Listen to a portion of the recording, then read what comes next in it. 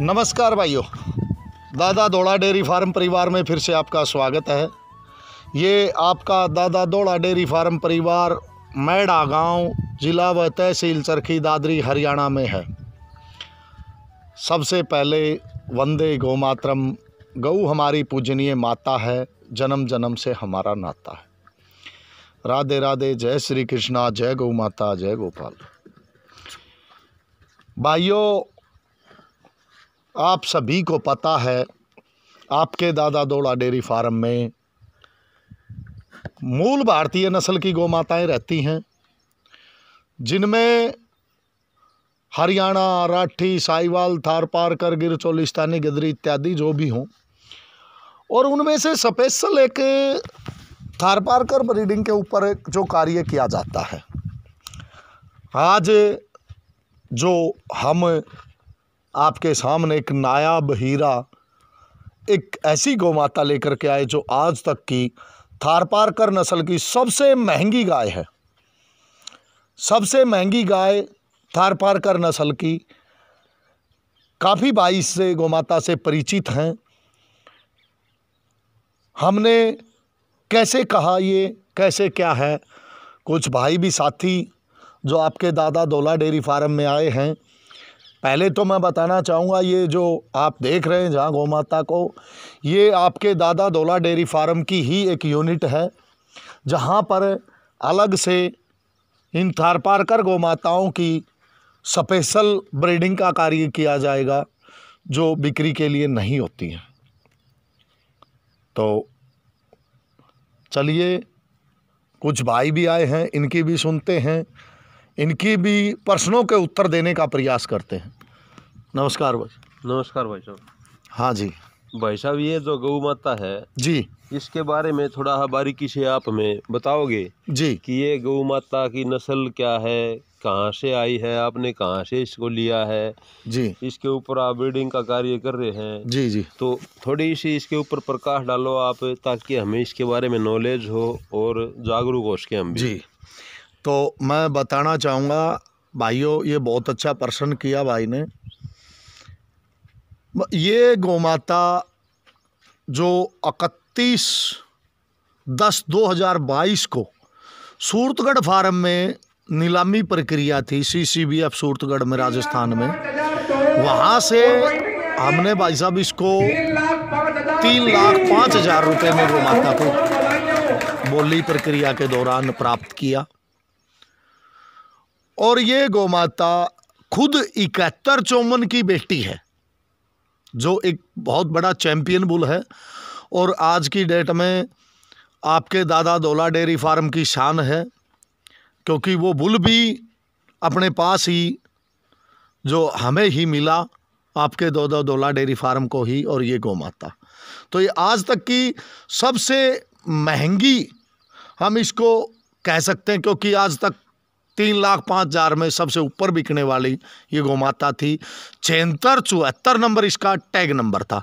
तब ये गौ माता प्रेग्नेंट थी। तो भाई साहब, आपने इसको इतने ऊंचे दाम में वहाँ से बोली के दौरान परचेज किया जी, तो क्या सोचा आपने? 3,05,000 को छोटी कीमत नहीं होती। जी जी, मतलब अगर वैसे लेना चाहे तो इसमें कम से कम भी हमारी जो आम गौ माता है वो हम कम से कम भी 5, 7 या 10 भी ले सकते हैं। जी जी जी जी। उस कीमत में आपने इस अकेली को लिया, और आप इसके बता रहे हो कि 2 थन इसके पहले से गए हुए हैं। जी, तो क्या सोच के और किस वजह से आपने इसको लिया इतनी उच्च दाम पर? ये क्या है कि पहले तो होती कीमत की बात, तो कीमत गौ माता की नहीं देखी जाती, विशेष करके ऐसी जो ब्रीडिंग है उसके ऊपर। अब ये क्यों? क्योंकि हमने जो एक बहुत बड़ा फेमस हमारे भारतवर्ष में 2 बुल हैं, एक 71-54 और एक 72-37। 72-37 को वर्ल्ड चैंपियन कह सकते हैं, और 71-54 उसके बराबर की ही कैटेगरी में है। अब इस तरह से ये हमारी इच्छा हुई, क्योंकि ये खुद तो 71-54 की बेटी है और 72-37 से प्रेग्नेंट थी। जो आप इसके साथ नन्ही जो आज इसकी बेटी को देख रहे हैं, चिड़ी का नन्ही परी का बाप 72-37 और इसका नाना यानी कि माँ का जो बाप है वो 71-54 बुल है, इसलिए इसकी तरफ हमारा फोकस था। और ये अच्छे दूध रिकॉर्ड भी इसका जो है ना सूरतगढ़ में है, अच्छा इसने अपना खासा, आप इसके अडर से भी अंदाज़ा लगा सकते हैं। और हमारी खास ये इच्छा थी, चाहिए हमें बछड़ा दे या बछड़ी दे, हम इसके जो है ना इससे ज़्यादा हम मानते थे अपने आप को कि अगर ये बेटा देती या बेटी देती, तो बेटा देती तो वो बहुत बड़ा बुल बनता। अगर, क्योंकि वो दोनों चैंपियन बुलों का, आप समझते हैं इस बात को, दोनों चैंपियन बुलों का बच्चा है ये, तो आप इसकी कीमत का अंदाज़ा लग। रही बात 3,05,000 की, तो ये तो भाई साहब क्या होता है, जैसे काफ़ी भाई वहाँ बोली में मौजूद होते हैं, और जब सरकारी प्राइस इसका 40,000 रुपया था या 45,000 जो भी होता है, उससे बढ़ चढ़ करके चढ़ते जाते हैं। किसी ने, जैसे आपने 1,00,000 रुपये बोल दिया, मैंने 1,05,000 कर दिया, तीसरा भाई उसने 1,20,000 कर दिया, तो ऐसे कीमतें बढ़ती हैं, क्योंकि जो बोली की प्रक्रिया ऐसे ही होती। काफ़ी भाइयों की इच्छा थी, लेकिन वो कहाँ तक क्या सोचते हैं, हमारी यही सोच थी कि हमने इस गौ माता को प्राप्त करना है, हमें अपना कितना पैसा लगाना पड़ता है अपनी कैपेसिटी से, बहुत हम जो है ना उसकी तरफ बढ़े कि भाई जैसे तैसे चाहे कहीं से भी एडजस्ट करें, कैसे भी हम गौ माता को लेंगे, हमारी एक दिलो इच्छा थी। आपने भी देखा यहाँ करके जो इसकी बेटी है, जो इसकी जो बेटी है, हाँ जी, आपने देखा कितनी शानदार, बहुत मस्त आप बेटी, देख सकते हैं करैक्टर्स इसके बहुत अच्छे आए हुए हैं।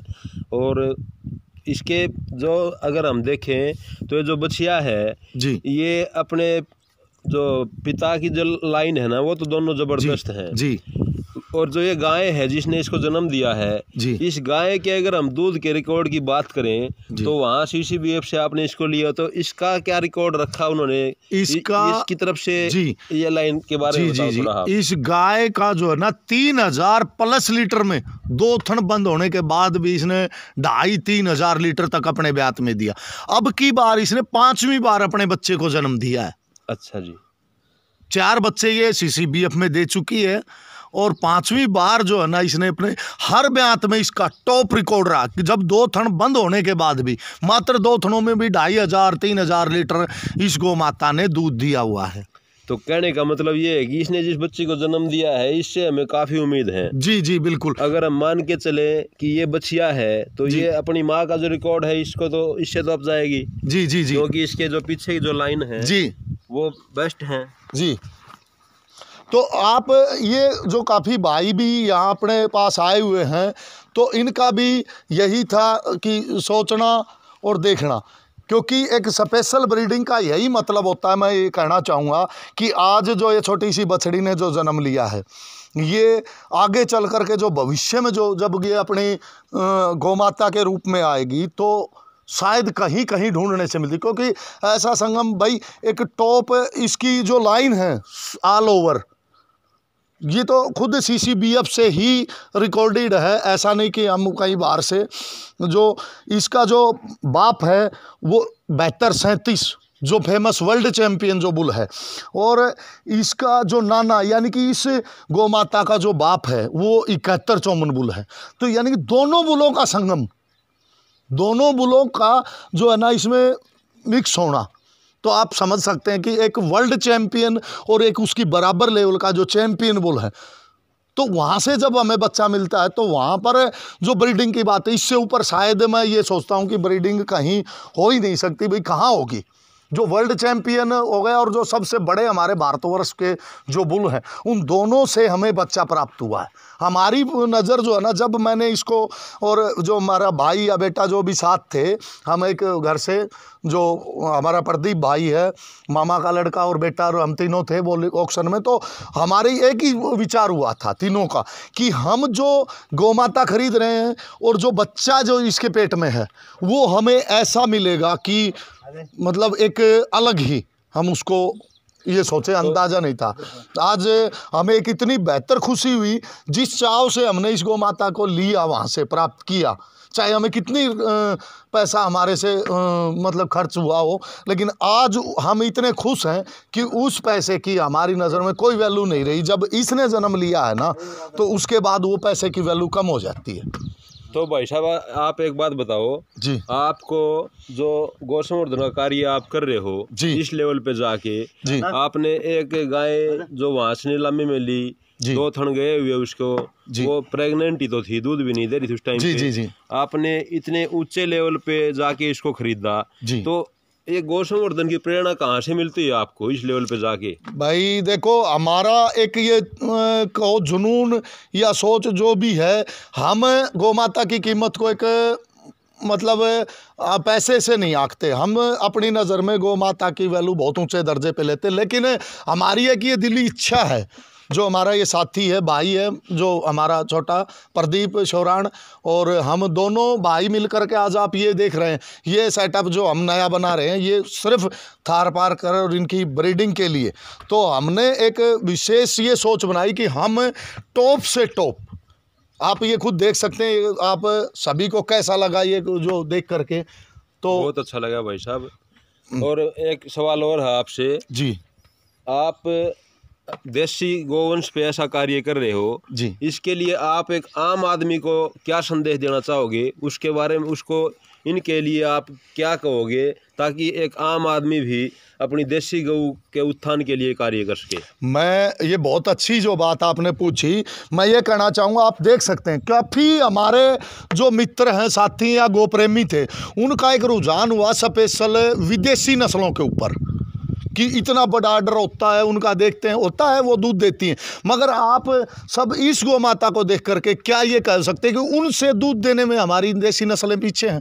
नहीं हो सकती, क्योंकि ये गौ माता क्या उन विदेशी नस्लों से कम दूध देगी? और वो A1 मिल्क जो कि किसी रोग को बचाने की उसके अंदर जो है क्षमता नहीं होती, और ये हमारा A2 मिल्क जो हर रोग से, हर बीमारी से हमें बचाता है, और जो टॉप, जो आप अंदाज़ा लगा सकते हो 25-25, 30-30 लीटर अगर ये दूध देती हैं, ये नेचुरल आर्डर है। ये आपको पता है, हमने बिक्री का कोई हमारा ये मकसद नहीं है।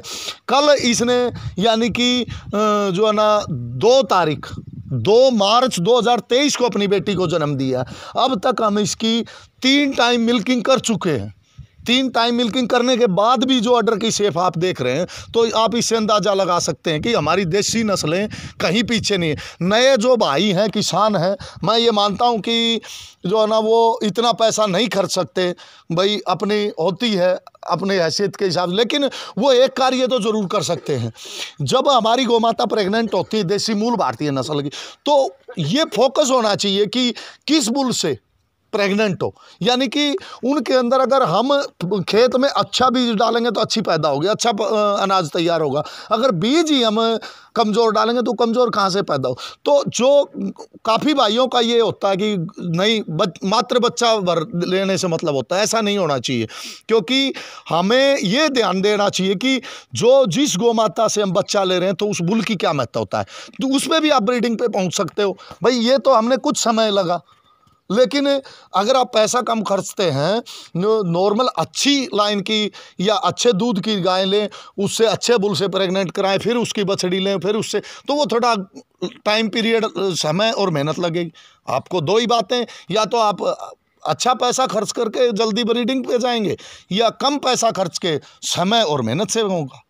तो क्या भाई साहब हम आने वाले समय में ये उम्मीद कर सकते हैं, जैसे विदेशी गऊ की नस्ल हमारे देश में आई थी, जर्सी का, लेवा चप का, जो भी थी, तो वापिस क्या उनके स्थान को हमारी देसी जो नस्लें हैं, जो गौ माताएं हैं, वो वापस कवर कर पाएंगी? बिल्कुल बिल्कुल। ये तो देखो, पहले भी हमारे भारतवर्ष में कुछ समय पहले ये हमारा जो देश है, ये दूध दही का और जो अच्छे से अच्छे पशुओं का जो दूध देने वाला, एक गौ माता की नहीं, भैंसों की भी बात करें या जो भी थे दूध देने वाले पशु थे, वो बहुत अव्वल दर्जे के थे। लेकिन हमने उनको छोड़ करके हम विदेशी नस्लों की तरफ भागे, तो ये हमें आज विदेशी नस्लों की जरूरत पड़ी। लेकिन आने वाला भविष्य मैं ये बिल्कुल कह सकता हूँ आने वाला भविष्य बिल्कुल विदेशी नस्लों को दोबारा पीछे छोड़ देगा। जब हम थोड़ा सा ब्रीडिंग हमारी देसी नस्लों की तरफ अगर ध्यान देते हैं ना, तो ये आने वाला समय उनको पीछे छोड़ देगा और हमारी वापस जो है ना अपने पहले नंबर स्थान पे ही होंगी।